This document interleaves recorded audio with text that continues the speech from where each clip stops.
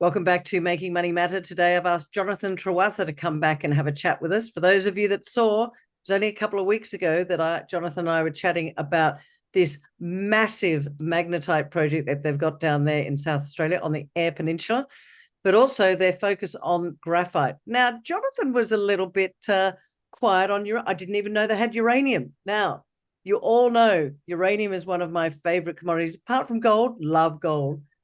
Why do I like uranium? One, the price has captured a lot of attention because it's zero carbon emissions. We should be using it here in Australia. We're not. But I really like this, Jonathan. You kept it quiet, but the announcement out today says you've got 100% owned tenements down there in South Australia. You joined the company late last year. You've been doing a deep dive into what's in the company's coffers, so to speak. Has this come as a surprise to you? Talk to us about this announcement and why you're saying, you know what, guys, no one understands what we've got in terms of our uranium projects. Yeah. Thank you, Kerry, and thank you for having me on your program. Look, it is exciting. I actually didn't know we had uranium as well. So it was only flipping through the old slides and then I did further investigation, and Lincoln was IPO'd in 2007 on a uranium iron ore exploration. So they've been exploring from 2007 till 2011. So we've got a big back history on that. And why were they exploring in South Australia? One, South Australia has 80% of Australia's resource. Wow. It owns 25% of the world's resource. You could almost say we're the Saudi Arabia of uranium. And we've got 3 operating mines producing 9% of the world's global. Yeah. So, an Eyre Peninsula, and why South Australia is so dominant, it's got the right rocks.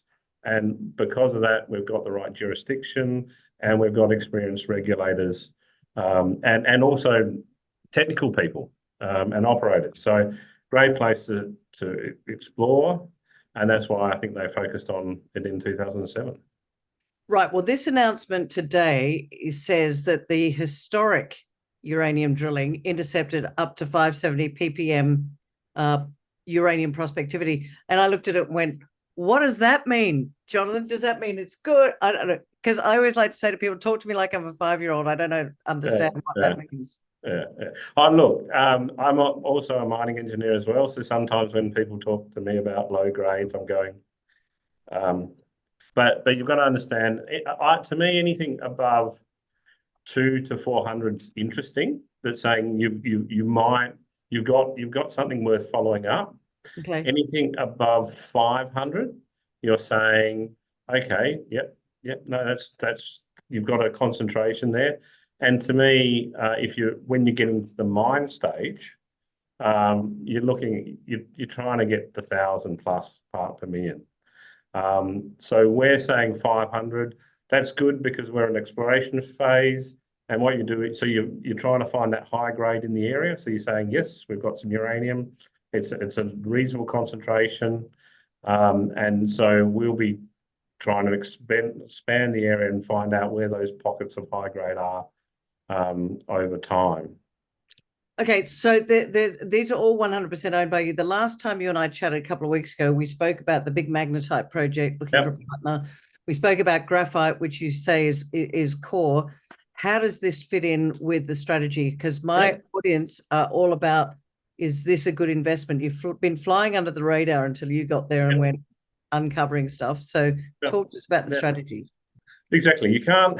You've got to focus on one thing and do that well and try to be the best in the world in that one thing.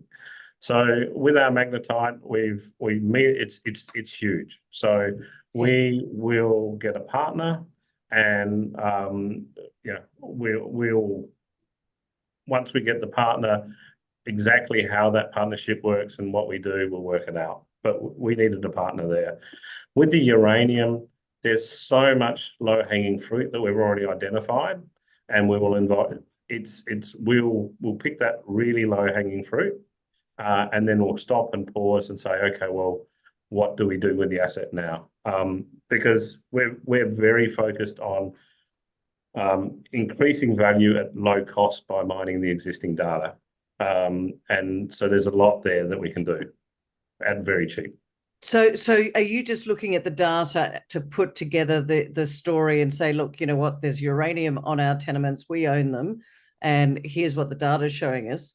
Yep. You're not going to go out drilling, because what I'm looking for is the investment case, if you like. Yep. Yeah. No. So we're aiming to drill some of the first targets straight away, and there's one of our projects that we've identified, and this is just early stage. Is that there's a quarry that was in 1927 was abandoned because it was full of uranium.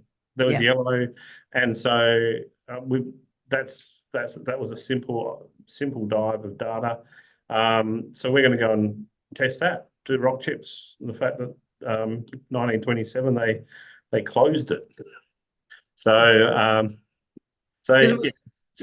we've got, and also this Eyre Peninsula has had iron ore, copper, geophysics. There's a whole lot of drill. Just going to combine all that and generate a whole lot of more targets and understanding before we go and do too much drilling.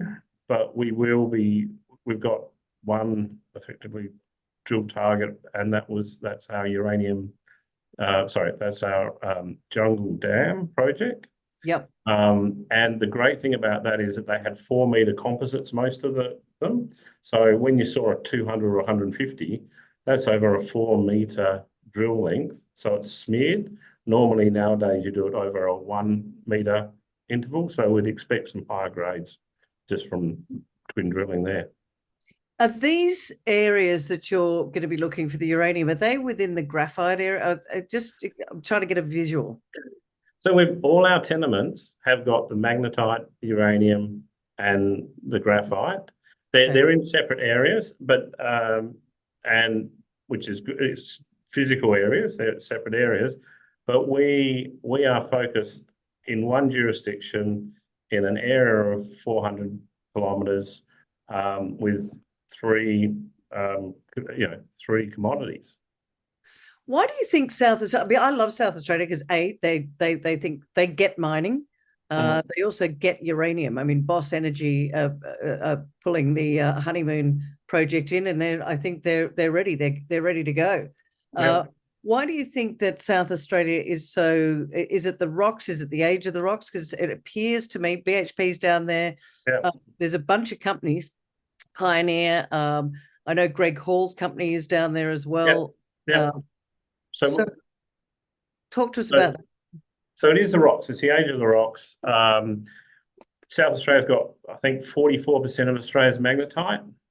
And so it's got all the uranium, and it's got over 60% of the resource graphite. So it's, it doesn't have some other commodities, but in those areas, it's a strength. So. All right. So how, in terms of this, I'm talking to you about uranium. We're not going to make this a long one today, but in terms of that uranium and announcing this to the market today, how do you feel this puts you on the map in terms of Lincoln Minerals? ASX code, by the way, ladies and gentlemen, is LML.